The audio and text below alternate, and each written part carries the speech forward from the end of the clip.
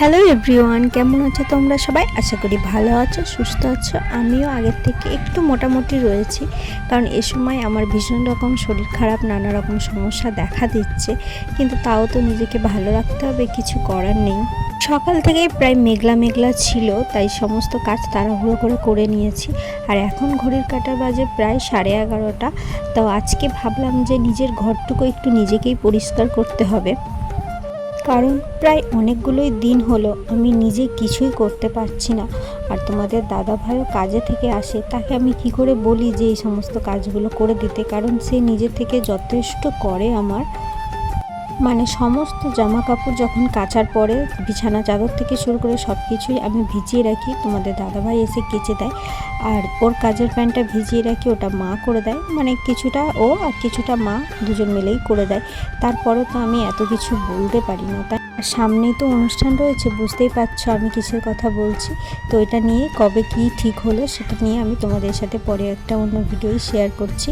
তো ভাবলাম তার আগে ঘরটা অন্তত নিজের মতো করে একটু পরিষ্কার করি যতটুকু পারি আর কি। তো প্রথমেই ঘরটাকে আমি ভালোভাবে একটু পরিষ্কার করে নিয়েছিলাম, বেশি ডিপ করে ক্লিন করতে আমি পারছি না।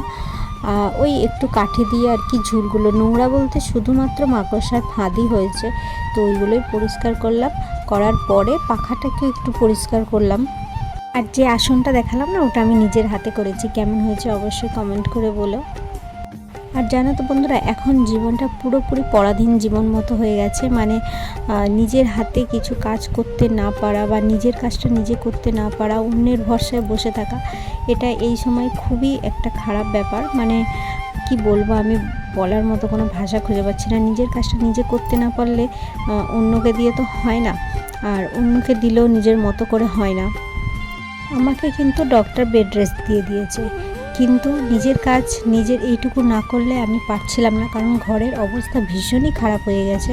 মানে এত মাকড়সার ফাঁদ আর এত নোংরা জমেছে যে মানে নিজে দেখে নিজেই থাকতে ভালো লাগছে না।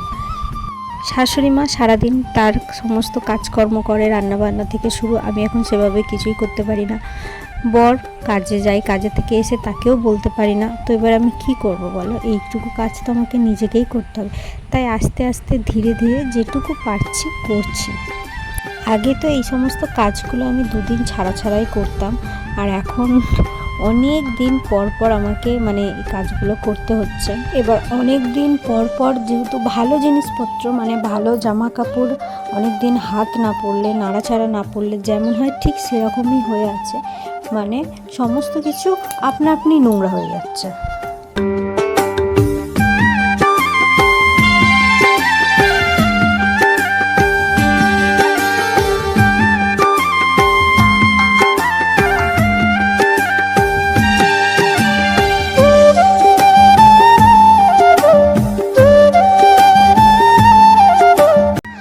বললাম না সকাল থেকে মেঘলা মেঘলা ছিল, এখন কাজ করতে করতে দেখি হঠাৎ বৃষ্টি এসে গেছে। বেশ ভালোই হচ্ছিল, ভীষণ গরমও লাগছিল। মানে বৃষ্টি হলে কি হবে, একটা গরম ভাবটার ছিল। তারপর বাইরে এসে দেখি বেশ ভালো একটা ঝমঝম করে বৃষ্টি হচ্ছে।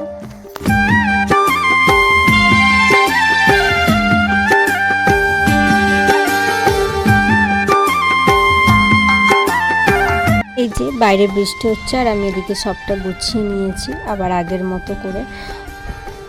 গোছানো জিনিসপত্র দেখতেও ভীষণ সুন্দর লাগে, তাই না? আবার এখান থেকে নেব, আবার এলোমেলো হয়ে যাবে। আর দেখো এই জামাগুলো হচ্ছে আমার, মানে তোমাদের দাদাভাই পরেই না বলতে গেলে, ওই আলনার মধ্যেই ছিল। আল্লাহ বলা যায় না ওটা, যাই হোক ওটা আমার কাছে আল্লাই। তো ওর মধ্যে ছিল, ওটা আপনি ধুলো পরে নোংরা হয়ে গেছে। এটা এইভাবে তো আর পরা যায় না, তাই একটু সার্ফ জল করে কেচে দেবো।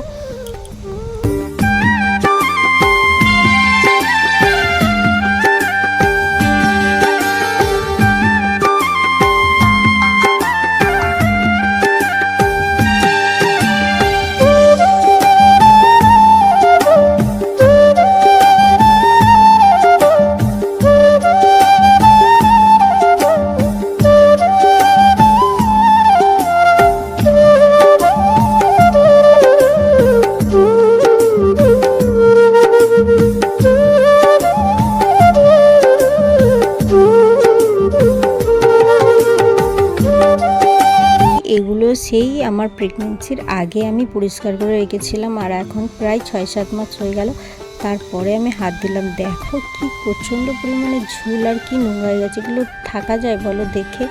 তাই আমি আস্তে আস্তে আর কি পরিষ্কার করলাম। পরিষ্কার করার পর জায়গাগুলো যখন সুন্দর করে আবার গোছালাম, দেখো কতটা সুন্দর লাগছে।